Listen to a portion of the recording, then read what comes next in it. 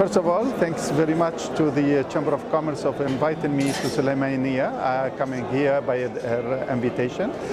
My name is Majid Dalla. I'm the Consul Commercial responsible on all trade relations for Iraq and Jordan for the Government of Canada.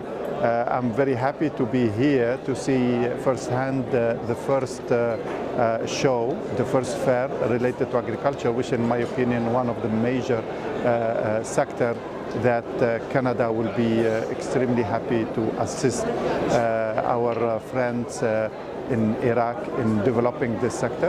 And I think what I saw with the participation of some of the countries here, it's great.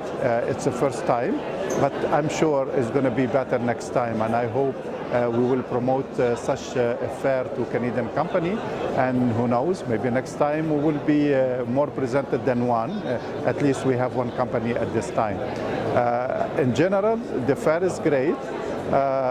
It will need maybe attracting more people to it. And when you reach a certain number of visitors, usually this is how you can sell it to foreign countries and foreign representatives to attract Canadian company or American company or French company and so on. Thank you very much. It was great meeting you.